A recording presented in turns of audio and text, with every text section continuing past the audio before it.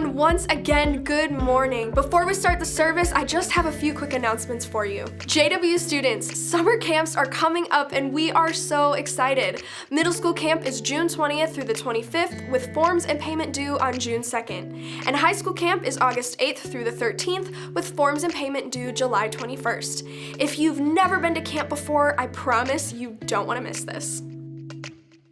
Adults, we have a new small group starting soon. How to Fight Racism is led by Jeff and Aaron Whitfield and will meet Sundays at 3 p.m. starting May 23rd. If you're interested, check out our groups page. Have you ever thought about serving here at church but you weren't sure how or where to get started? Our serve page has lots of ideas of ways to serve on Sundays or during the week. Here are 2 ideas for you. First, I have a special guest with me today who's looking for volunteers in the worship arts department. Check this out. Thanks, Kenzie. Hey everyone, I'm Nick, the Tech Arts Director. If you're looking for an easy way to get involved this summer, I have an opportunity for you. I'm looking for volunteers to help back in the sound booth. We have 3 different production positions available. Lighting and environmental projection. This station controls the lights on the stage and the content on the projection walls. It's a simple position that allows for some creative expression. Graphics. This station controls the worship lyrics, the video content, and the message slides during service. Front of house audio. The front of house engineer mixes each channel of audio during the service, ensuring everything is balanced and immersive. If you're interested in getting involved, stop by the sound booth and talk to me, or fill out the production form on the worship page, and I'll be in touch. All right, thank you, Nick. And here's another opportunity. If you're interested in serving with our JW Kids Ministry, right now we need people to work with infants and babies in our Wobblers and Special Kids Ministry. If you're in your happy place holding babies and helping special needs kiddos, we'd love to talk with you. Sign up on our serve page. Okay, that's all for now. Now let's get started with worship.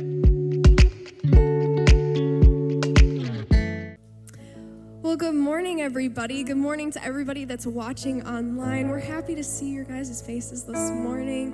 We're going to worship together, and as we do, I just want to encourage you to take a moment to set aside some things in your mind that might be distracting you, whether it's after service or what you're going to do this week, or you've got this or whatever's coming up.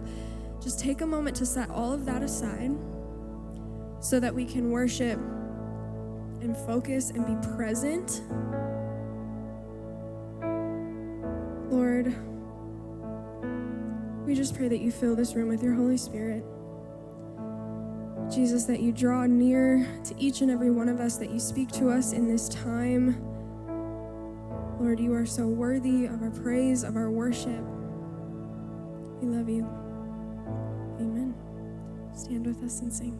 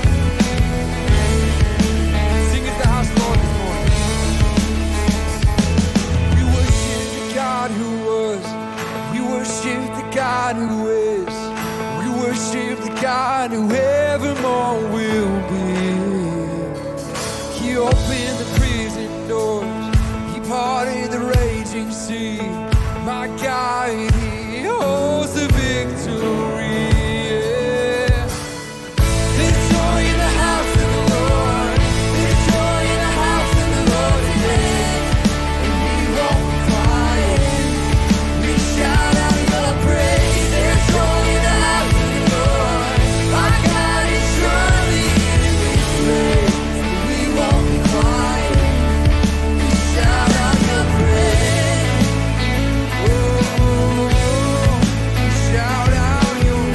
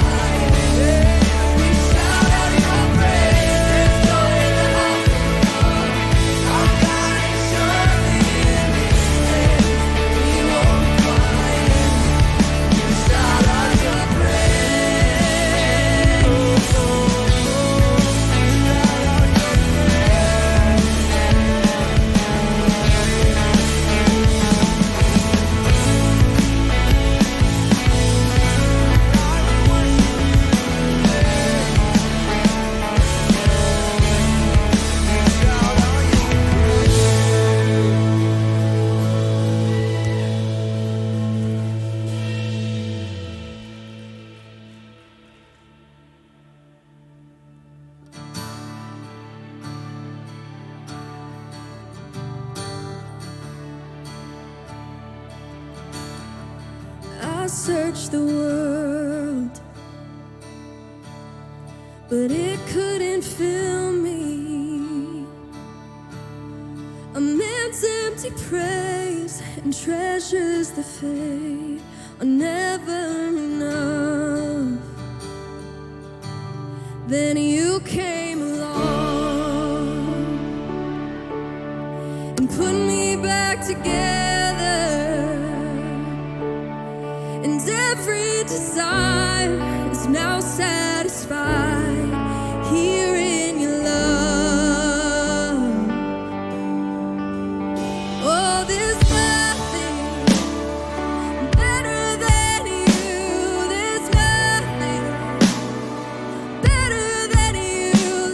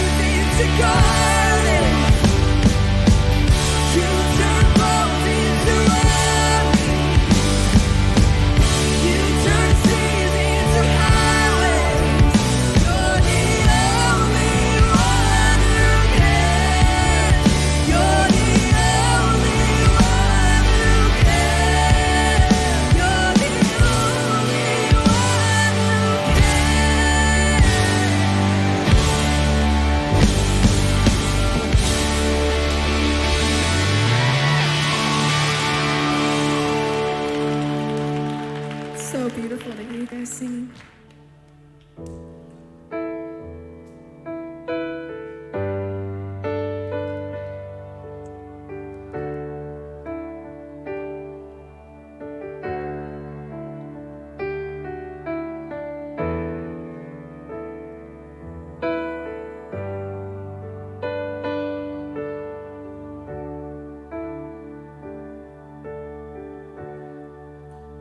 Caught up in your presence,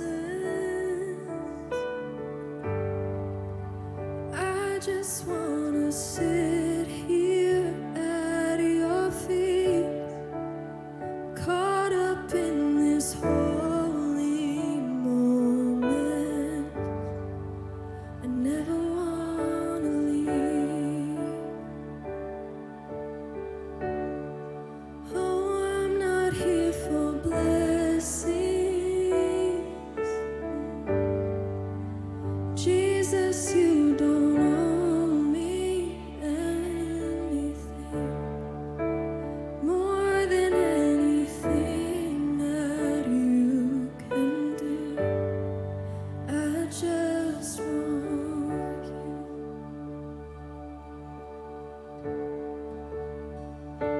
And I'm sorry when I've just gone through the motions. I'm sorry when I just sang another song. Take me back to where we started. I open up my heart to you.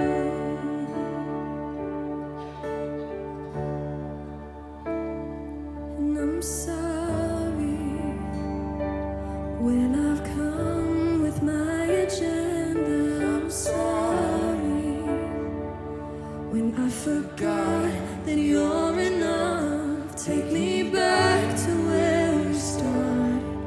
I open up my heart to you. I'm caught up in your presence. Oh, I just wanna sit here at your feet. I'm caught up in this holy moment. I never wanna leave. Oh, I'm not here for blessings.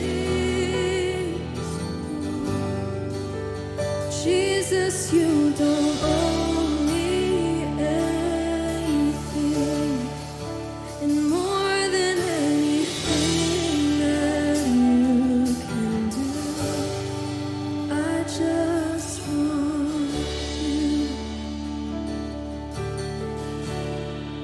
I just want you. Nothing else. Nothing else. Nothing else will do. I just want you. Nothing else.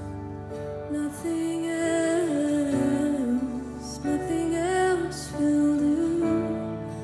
I just want you. Nothing else. Nothing else. Nothing else will do. I just want you. Nothing else.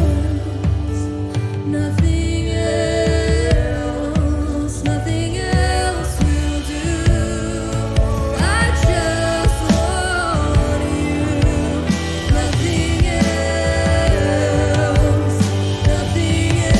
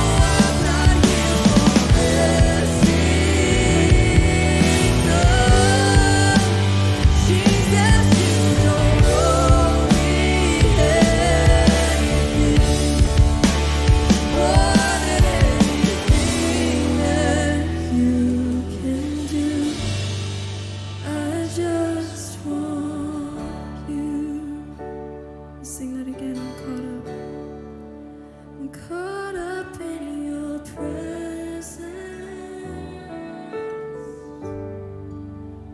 I just wanna sit here at your feet, caught up in this holy moment.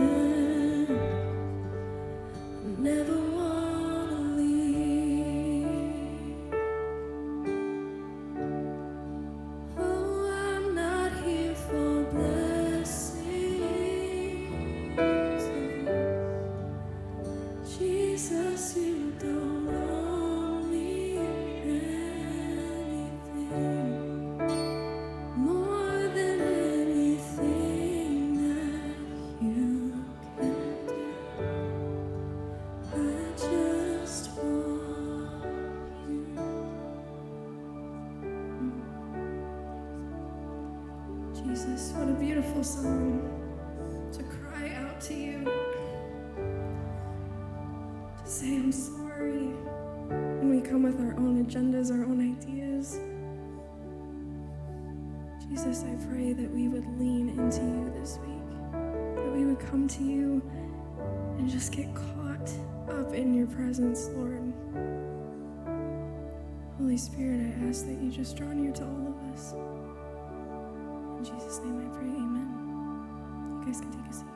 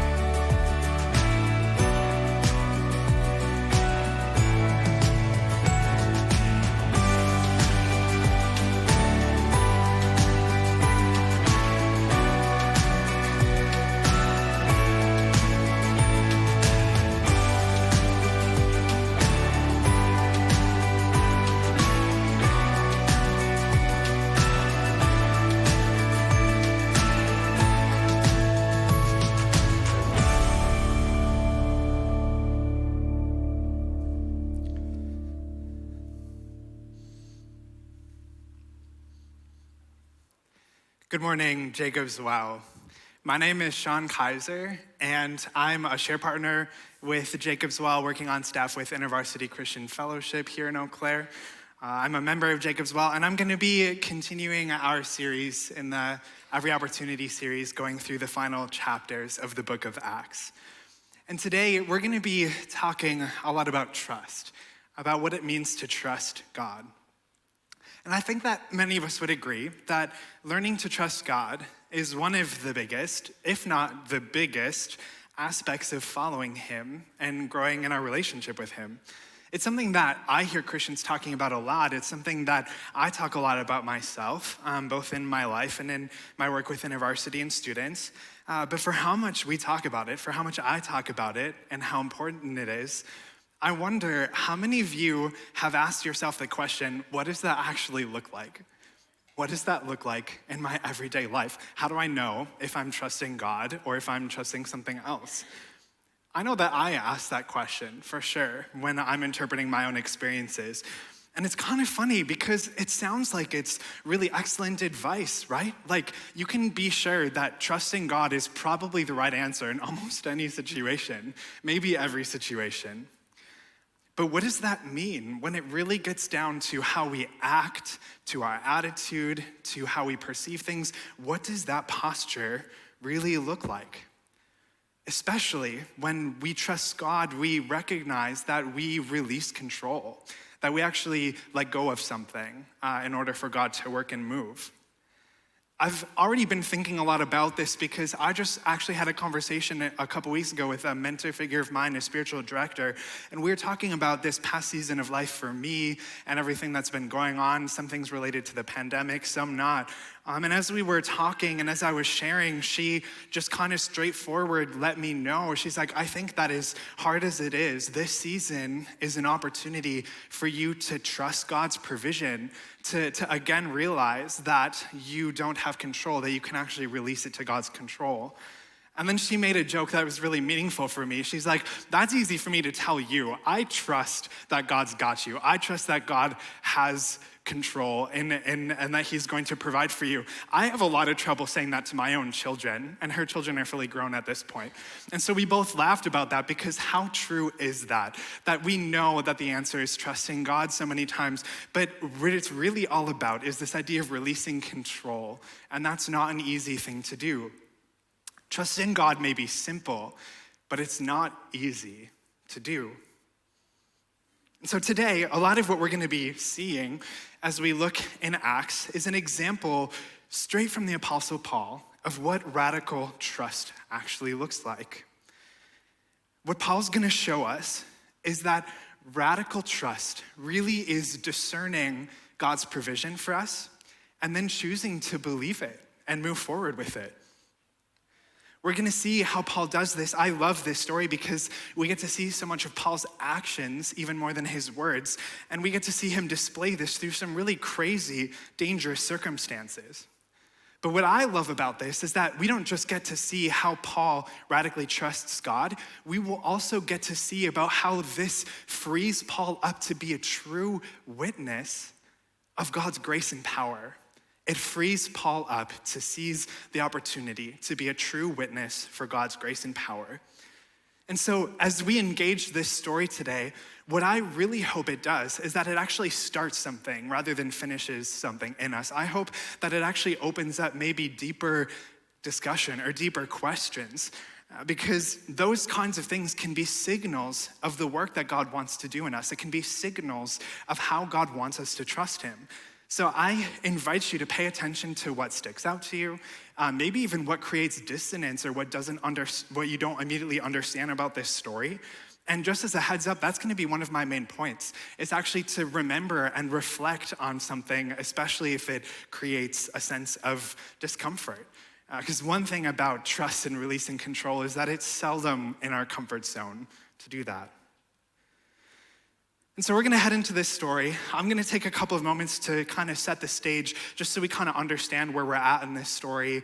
And so to kind of summarize from the last couple of messages from Jenna, my wife, and from Pastor Paul, what we've been seeing is that the Apostle Paul has been on this extended trial, and he's been under house arrest for several years. He's been put on trial in Jerusalem under false charges that were given by his own people. And the whole process hasn't been fair. Paul has been just waiting for this verdict, but no one really wants to declare his innocence. They either want him to be guilty, or the officials that are managing it want him to bribe them just so that they can somehow benefit from it. And so he's been under these false pretenses, under house arrest for a couple of years, and finally he actually directly appeals to Caesar, which is the right and the privilege of a Roman citizen to do. But that's a huge development, because that means that Paul then would be moved from Judea all the way to Rome to wait for an opportunity to appear before Caesar himself. So this is a huge decision, but in the moment, Paul doesn't really have another choice with all of these other external motivators. And as Paul, our pastor, shared, this was actually a very strategic decision. Like, he was able to use his privilege in a way that actually allowed him to witness and have the opportunity there. So anyway, so Paul is on his way to Rome, where we pick up this story today. And it's this journey by boat, by ship, to get to Rome. And to kind of help us enter in today, you can kind of imagine that Paul, he's not the only prisoner on the ship. There are other prisoners. He has a couple of companions with him. There is also a crew. There are other prisoners, and there's soldiers with a centurion. So there's actually quite a few people on this ship. It's a little over 200, as we'll see later from the text.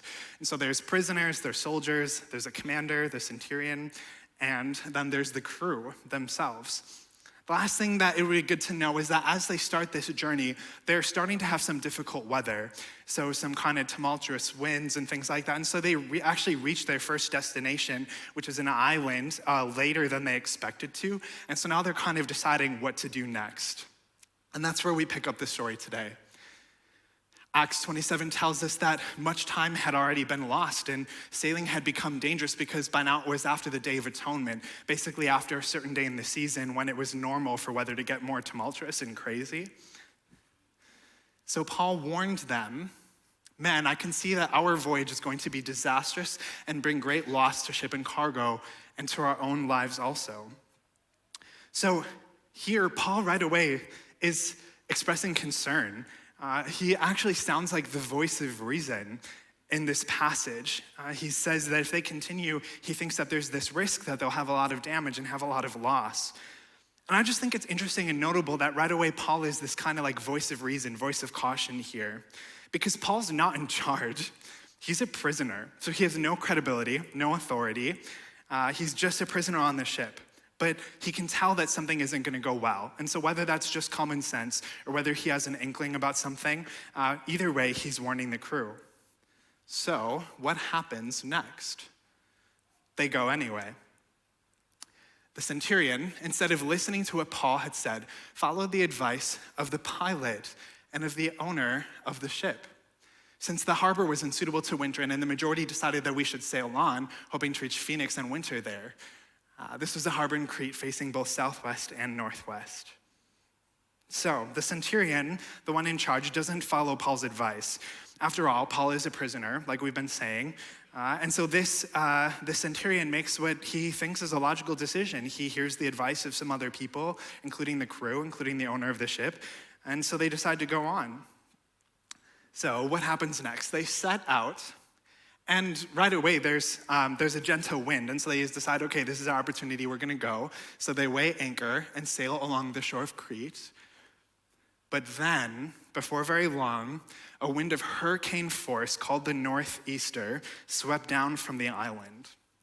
So things start okay, everything looks good, but then all of a sudden this terrible hurricane force wind comes and throws everything into chaos. To summarize the next couple of verses, it basically just describes the disaster that starts happening over the course of the next couple of days. So basically, the crew, it gets so bad that they even stop trying to steer the boat. And so the boat gets blown off course. They have to start throwing things overboard, like critical supplies, just to keep the boat afloat. Things look really bad. And so then it kind of all comes to a moment on the third day where they threw the ship's tackle overboard with their own hands. And so they're reaching this moment where they're throwing these critical things, and as more and more days pass, neither sun nor stars appeared for many days, and the storm continued raging, they finally gave up all hope of being saved. So at this point, they're lost, they're powerless, they don't even have access to their tackle for fresh fish. So in the middle of all of this disaster, how is Paul responding? Paul, who's already been under arrest for a couple of years, has been this kind of pawn in this game of intrigue with this trial and these false charges. How is Paul responding? All he wants to do is get to Rome, and now it doesn't even seem like that's gonna happen. And he was the one that was advising people maybe we shouldn't go in the first place. So how does Paul respond? After they had gone a long time without food, Paul stood up before them and said, "Men, you should have taken my advice not to sail from Crete, then you would have spared yourselves this damage and loss." So basically, Paul's like, I kind of told you so. I told you so. And to clarify, I don't think that Paul's trying to be a jerk here. I don't think he's trying to say, I was right. But remembering that he has no authority and credibility in this situation, I think what he's trying to do is to begin establishing that. He's trying to say, look, I had reservations, and he's setting them up to hopefully now listen to what he's gonna say next. So how does Paul address this situation that's so outside of everyone's control? He says, "But now I urge you to keep up your courage because not one of you will be lost. Only the ship will be destroyed." How can Paul make that promise? How can he just promise that everyone is going to be safe? Let's keep reading. Paul says to them, "Last night an angel of the God to whom I belong and to whom I serve stood beside me and said, 'Do not be afraid, Paul. You must stand trial before Caesar, and God has graciously given you the lives of all who sail with you.'" So I love what Paul does here in this moment. he basically introduces them to God. He says, to the God whom I belong, the God to whom I serve. So he's not even really assuming that they know God or that they believe in him, and he's just exposing them to God, maybe even for the first time. And then he relays the message of the angel, saying that there's actually this larger purpose that's going on. God really wants Paul to get to Rome. And so because of this larger purpose, Paul's going to get there safely. And because God is gracious, he's going to save the entire crew too, even though the ship itself apparently will not survive. So in this dangerous, chaotic situation, Paul, even as the one who tried to warn them about it initially, is now saying it's going to be fine. And the reason why he's saying that is because he believes the promise that God has given him. He believes the message of the angel that they are going to be saved. This situation is bad. It's objectively bad, but God can still deliver them. God can still work through it. It's still under his sovereignty and grace. And the reason why is because there's a larger purpose here. God wants Paul to get to Rome, and he's not going to let anything happen to Paul or the crew. God's purpose is not going to be sabotaged. It's not going to be thwarted. And furthermore, the whole crew matters to God. In his grace, he wants to save them. And so I want to point out Paul's radical trust here just again, that Paul hears this promise from God, but then he stakes his credibility on that statement. He promises the crew that they'll be safe. Furthermore, Paul has been calm this entire time. He sounded so reasonable, so rooted in the moment. And I love that we even see that in his last phrase. So he says, "Keep up your courage, men, for I have faith in God that it will happen just as he told me. Nevertheless, we must run aground on some island." So here Paul is saying, you will be saved. All of you will be saved, this lofty big statement. But then he's like, but of course, we need to find an island. Guys, we need to find a safe place to land. And I love that because it shows that Paul is both trusting God, but he's so grounded. Like his head isn't in the clouds. He understands the danger. He understands what's going on. And so he says this really practical statement, even as he's promising that somehow they're all going to be saved. And this is a really wonderful picture of what radical trust looks like. Paul is trusting that something that God has promised him. And although that this is a bold and radical thing to say when it feels like they've already kind of lost everything, he's calm, he's practical, he's rooted in the moment. What a wonderful picture of what that can look like for us, navigating storms, navigating crises. By choosing trust, Paul is even more rooted in the moment than he would be if he was kind of caving to the fear. So as we move on, I'm going to summarize what happens next in this story.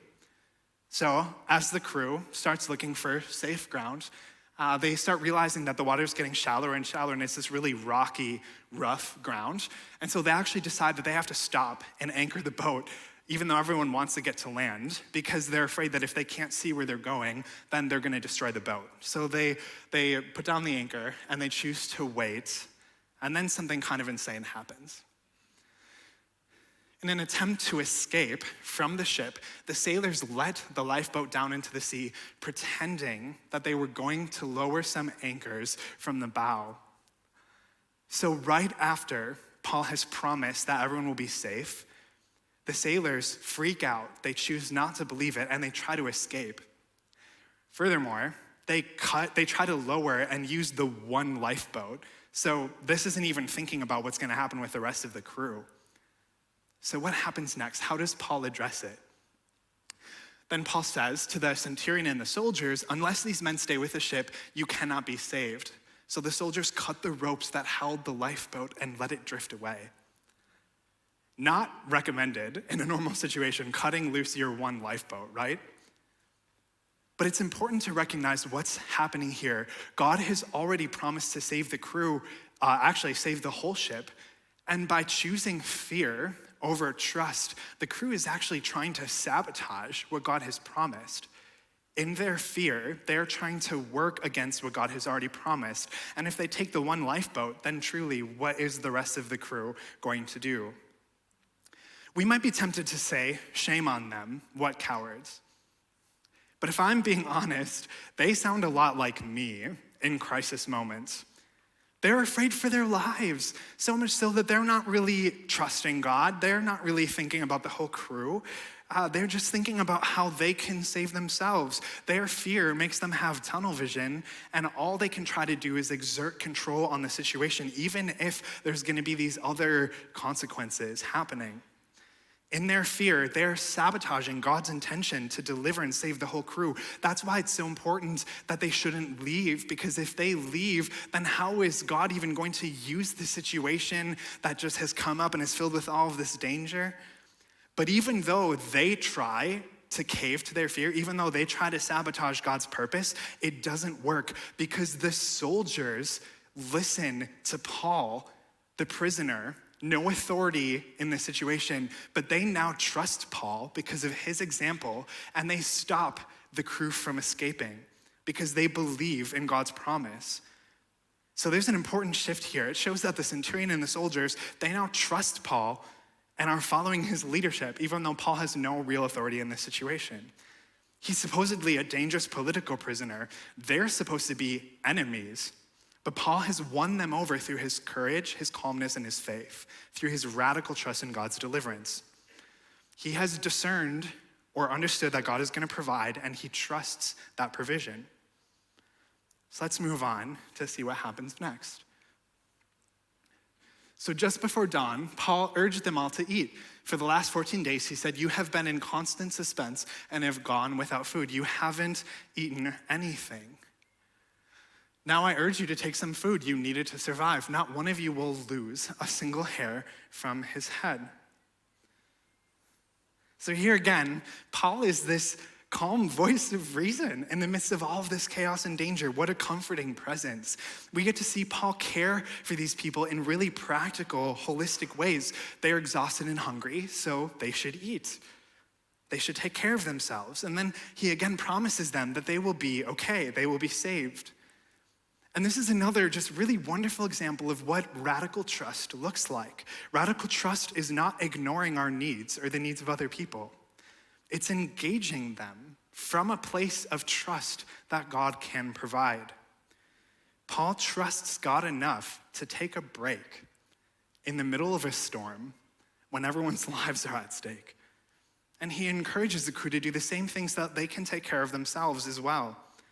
Paul's radical trust frees him up to care for the crew, to model the kind of compassion and love that God has for them, even in really basic ways. Moving on, so after Paul says this, he took some bread, gave thanks to God in front of them all. Then he broke it and began to eat. They were all encouraged and ate some food themselves. The passage goes on to say just how many people ate. 276 of them. They'd eaten as much as they wanted, and then they actually threw the food away, which I think is further a show of their trust that they were willing to let go of that extra stuff. But the big thing here is that Paul again models relationship and trust in God by pausing a moment to give thanks before the meal. And because for many of us, this can be such a cultural thing to do, to say grace before a meal, I want to highlight the fact that Paul is giving thanks in the middle of a terrible disaster. After some of the crew have tried to say, "See ya, we're going to escape ourselves," Paul himself has been on trial, in jail, or under house arrest for several years. But yet again, Paul here is calm. He gives thanks to God as if this is just a normal meal. And I think that that's intentional.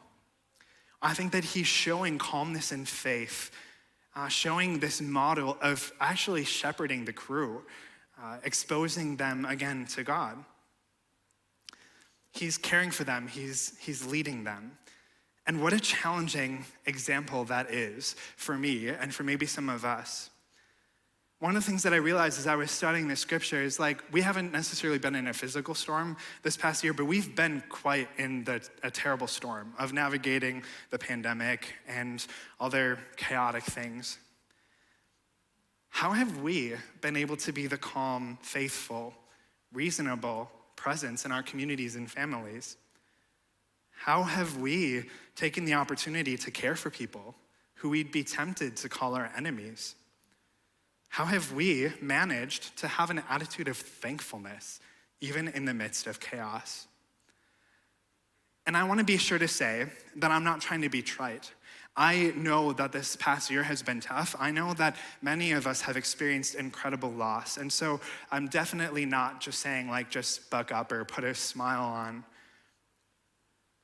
But it's also true to say that many of us have taken this past year as an opportunity to be the opposite of a calm, reasonable, caring presence. We've done the opposite of being rooted in the moment and seeing and responding to the needs of others. And because we haven't chosen this, I think that we've actually missed an opportunity. I think we've missed an opportunity to be the kind of witness that Paul is because of his radical trust.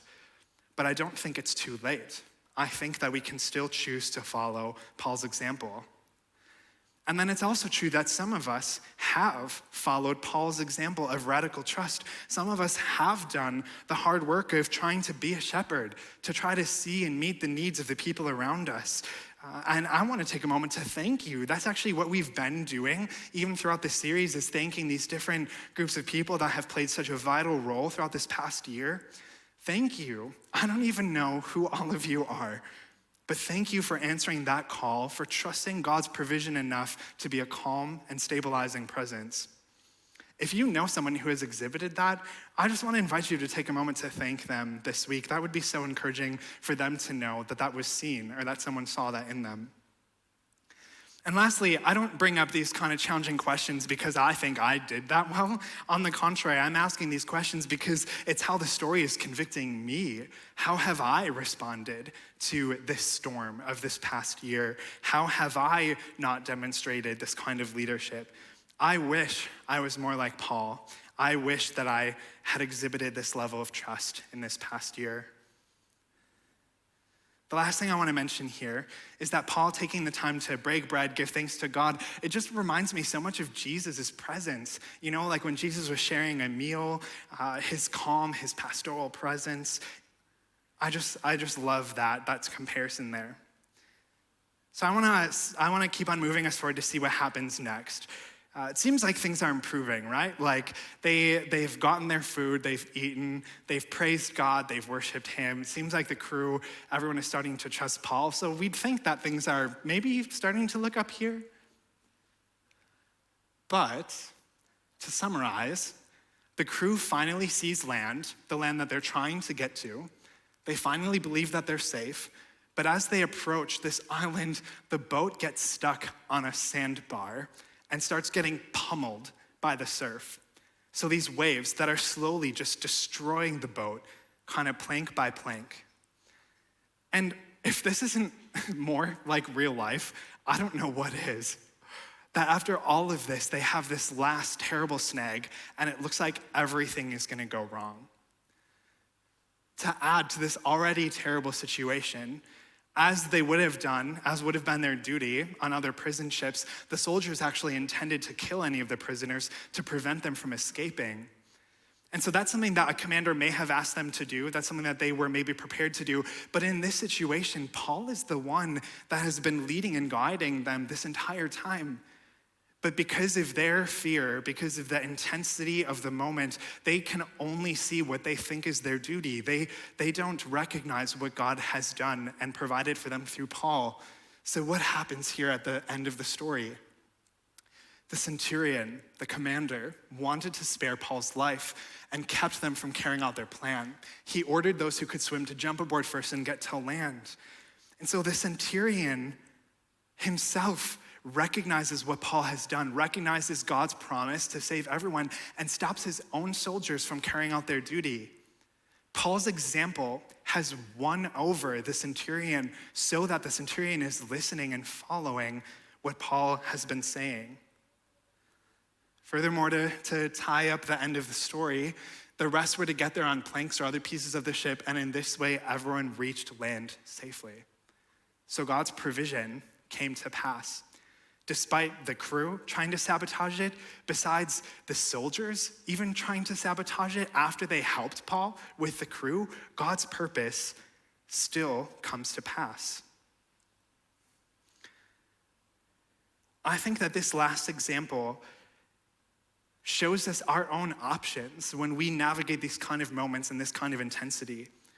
We can be the soldiers where we aren't seeing God or understanding what God is up to, and we can end up trying to work against that. We can also be like Paul. We can be the people trying to trust God and watch other people unwittingly work against God's purposes. But what's so amazing about this story and what is truly so encouraging is despite the attempts that people have tried to do to sabotage God's purposes, it doesn't work. Through these really subtle ways of the soldiers and then the centurion, because of Paul's example, God's larger purpose is not thwarted. They all are saved. They reach land safely. So, like I was saying at the beginning of this message, I think this story provides an amazing example of what it means to radically trust God and to see how that creates opportunities for witness. We see that happen throughout stages with the whole crew, with the whole population that's aboard this ship. Paul shows us that what radical trust truly is being able to discern and understand God's provision and then choose to believe it. Choose to have a posture that trusts that it's going to happen. And in our story today, it was pretty obvious. Like God sent an angel who told Paul, you're all gonna be saved. And although I don't think that's a normal, everyday experience necessarily, I do think that there are moments when for us it is surprisingly obvious what God's provision looks like. But I also think that there are moments where it's not immediately obvious what God's provision looks like, and those are the moments that we need to discern. We need to do, I call it the work, but do the work of listening and seeking out God so we can understand what his perspective is about our situation.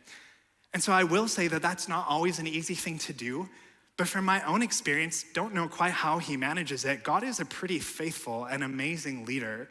God's promise of provision is pretty amazing to witness, even in our everyday lives.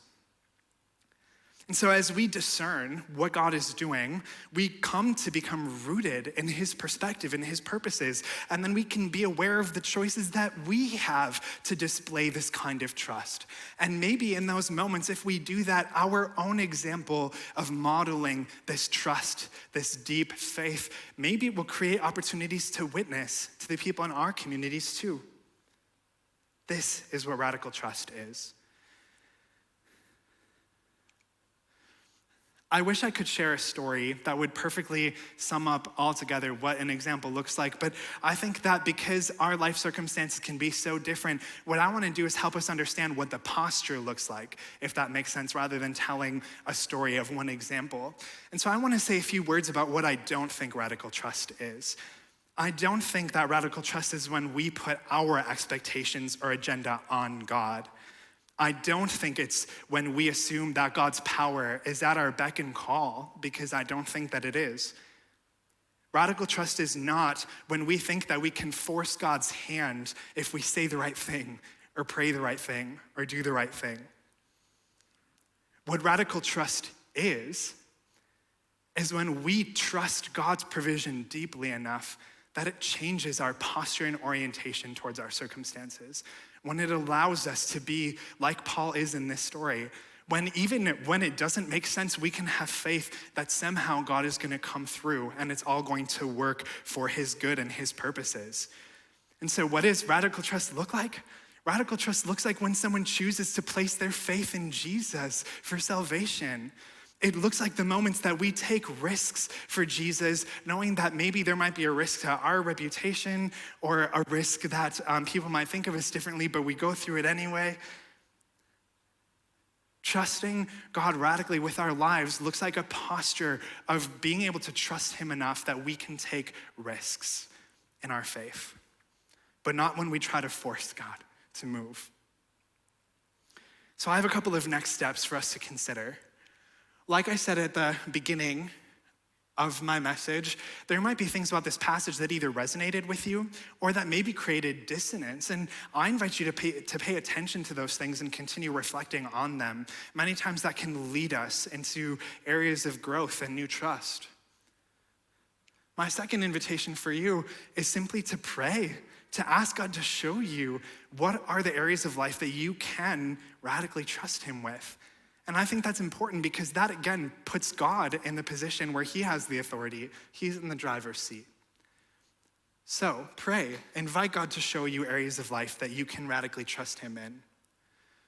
But then we also have a third example that's very relevant to the circumstances of this past year. It's a wonderful opportunity that you might be hearing about from Pastor Paul, seeing slides. We have this small group. Jacob's Well is running this small group called Fighting Racism. And I think that this is a great way to practically, radically trust God in this past year, because many of us, maybe especially those of us who are white, have been exposed to realities that we didn't know existed, or that maybe we didn't believe still existed in our society. And when things like that happen, when dissonance like that happens, we get to choose how we respond to it. We can choose to ignore it. We can choose to believe it, but then just kind of keep going. Or we can choose to engage it and learn and see what God has for us through it. And that's my invitation for you, if you're considering joining this group, to join it with a learning posture, to learn what it might look like to see God at work in our society and all of the things that have been happening this past year. Join to learn how we can love our neighbors well through recognizing issues like this. So I just want to take a brief moment to close in prayer and to invite us to continue asking this question as we move forward today. God, I'm so grateful for this story that shows even more of how Paul acts than even what he says. His words are important, but to get to see him model this type of calm faith in you is just such a blessing, especially in a year like we've had.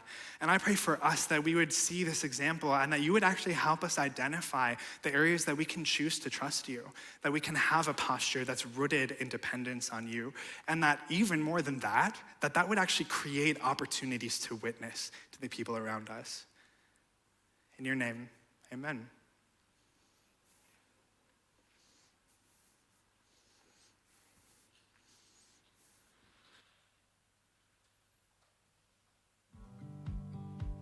Okay guys, in just a minute, the worship team will come back out and lead us in our closing song. For giving today, we invite you to use one of our offering boxes throughout the building. You can also give on our giving page of the website. If you're on the Jacob's Well app, you can give securely there too. What I love about giving on the app is it's so convenient having it right there on my phone. I just pick the amount in either one-time gift or recurring, and right after I send it, I get a nice statement in my email. It's really easy. But if giving online isn't really your thing, that's fine too. You can always mail checks to our address below. We want to take a moment to say thank you for your faithful support. Your tithes, offerings, and gifts go directly into our One Fund, which then makes all of our ministry areas possible, from JW students and JW kids to our care ministry to worship on the weekends. It's all possible because of you. We're so thankful for all of you who remain committed to giving to Legacy in the year to come. For more information and the heart behind this, check out the Legacy Renewal page. Again, thank you so much.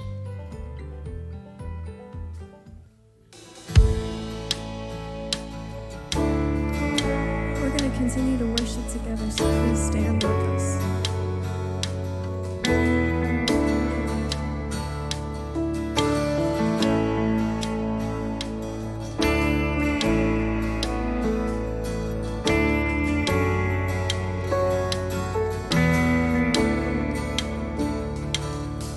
You come at the right time when I least expect it. Never behind.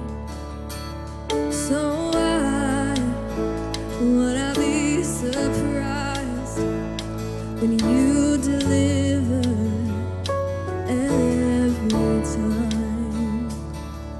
On mountain tops, you stay the same. In valleys low, you never change. And I believe that I will see the goodness of the Lord. I'm confident as seasons change, your faithfulness remains.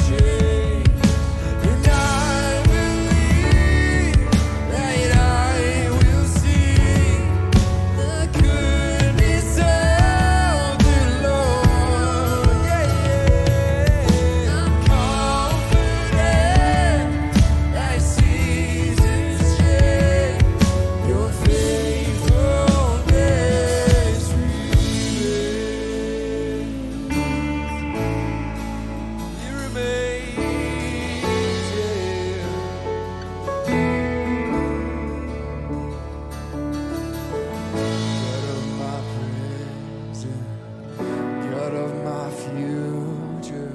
You write my story, you hold it all together. God of my present, God of my future. You write my story, you hold it all together. God of my present, God of my future. You write my story, you hold it all together. God of my present, God of my future. You write my story, you hold it all together. And I believe that I will see goodness of the Lord. I'm confident that seasons change, your faithfulness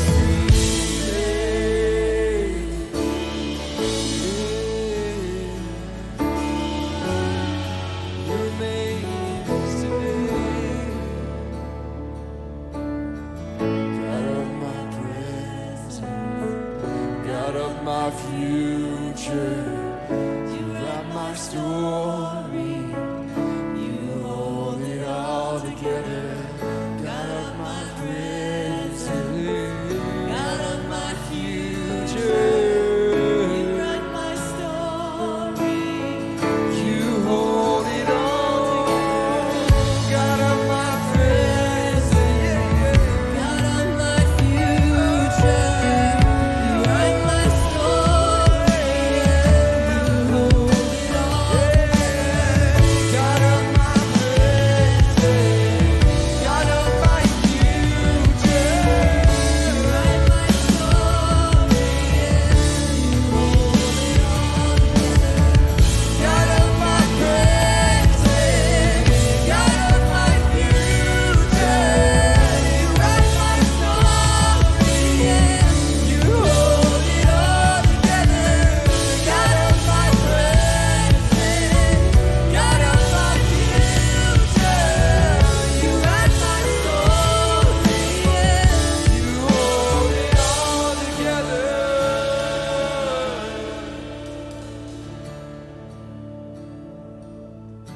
And I believe that I will see the goodness of the Lord.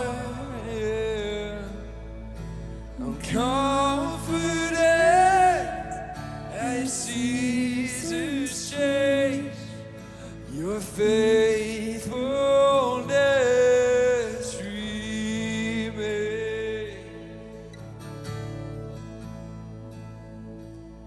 And let that be a reminder that as seasons change in our lives and they will, that you remain constant. You remain the same. You're the God of our future, Lord, and you're close to us. What a blessing it is to worship you. In Jesus' name we pray. Amen. Thanks for coming out, you guys. I hope to see you next weekend.